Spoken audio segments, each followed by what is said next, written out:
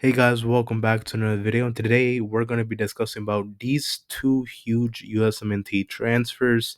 Borussia Mönchengladbach acquired Giovanni Reyna. Reyna finally has a new home for this season after many negotiations with Parma. And then Paxton Aaronson makes a controversial decision to return to MLS with the Colorado Rapids. And today we're going to be discussing about both of these huge transfers for the USMNT. So let's get ready with this video. But before we continue, I'd like to tell you guys to like and subscribe because it is very important that you guys like and subscribe so you guys can never miss another video.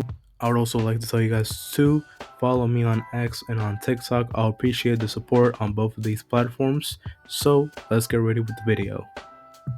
First, let's discuss the controversial return of Paxton Aaronson back to Major League Soccer. If we were to think one of the Aaronson brothers were to come back to MLS this summer, it would have been Brendan Aaronson. But weirdly enough, Paxton Aaronson ends up returning back to MLS at just 21 years old. I think it's going to be like 22 this week. So he's going to return to MLS at this very young age. He had some good seasons in the Netherlands and the Eredivisie with Utrecht. He was nominated for Young Player of the Year for them this past season, and for this season he was in the plans for Frankfurt's season. But weirdly enough, Paxton Aaronson decides to return to Major League Soccer. The Rapids end up acquiring Paxton Aaronson for $7 million plus a possible $1.5 million in possible add-ons for performance-based incentives. So this transfer fee can go from $7 million to $8.5 million if Paxton can reach certain performance-based incentives with the Colorado Rapids. The Rapids will also end up signing Paxton as a designated player, so I think he'll make around $2 to $3 million a year. I haven't seen the reports, but I think that's going to be his wage per year, so he'll make a decent amount of money. I think the Rapids ended up signing Aaronson as a DP to play the 10. This is basically their Georgi Mihailovic replacement. If we remember early on in the transfer market, they sold Georgi Mihailovic to Toronto FC for $7 million. I know over here in MLS we call this a cash for player trade, but it's basically just the Rapids selling Georgi Mihailovic for $7 million. And they spent that same amount of money on Aaronson, who is a far better player when you compare him to Mihailovic. And Mihailovic, while he failed in the Eredivisie, and he also looked pretty mid in the Olympics, outside of those two very easy games against New Zealand and who knows what African nation we played in the Olympics, Aaronson looked far better in the Olympics, and he was also nominated for Young Player of the Year this past season in the Eredivisie. So Aaronson is obviously a far better player when you compare him to Mihailovic. He's also younger.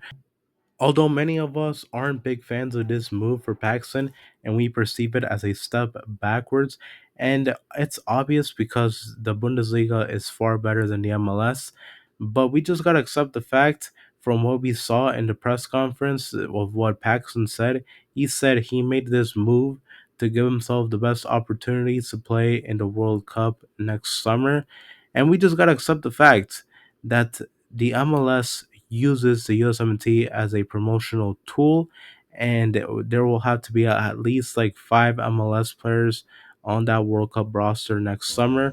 Although majority of the roster will play in Europe, but there will have to be at least like 5 to 7 MLS guys on that World Cup roster next summer because the MLS has their dirty hands on the USMNT. And Paxton, if he can kill it in Major League Soccer, he's basically on that roster. So he's obviously going to kill it, and he obviously made this move just to secure a spot. We all know why Paxton didn't play in the Gold Cup. It's because he didn't play in an MLS, and guys who were like mid throughout the tournament who were horrible, like Luca Del Torre, Sebastian Berhalter, they kept getting chance after chance, start after start. It's because they played in MLS. It's not because they're good players. They're mid. So that is the reason why they ended up playing over Paxton. Next, let's talk about some better news as Giovanni Reyna finally has a new home. Borussia Mönchengladbach signed Giovanni Reyna to a 3-season contract up until June of 2028, so it's basically like a 3-year contract.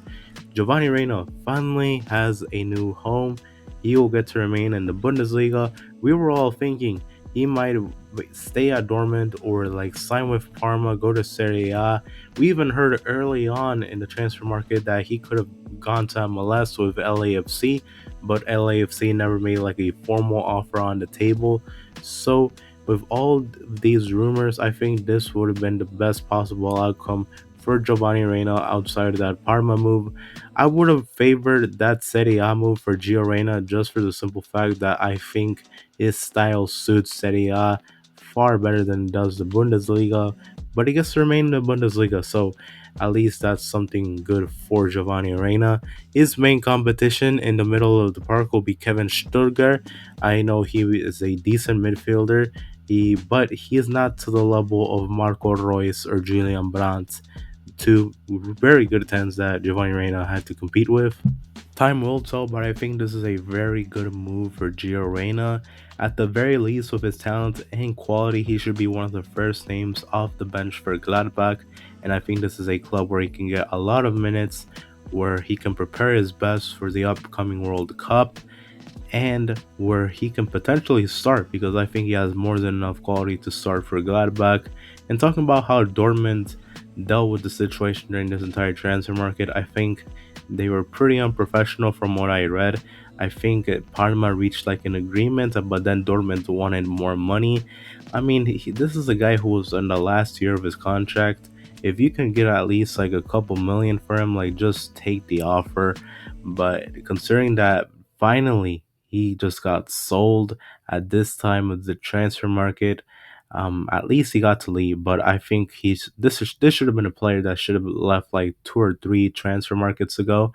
But finally, he gets to leave Dortmund. Finally, he has a new home. Finally, he will have a new opportunity to get more minutes. So, yeah, that's all I have to say. Thank you very much for watching. We will see you guys in the next video. Bye bye.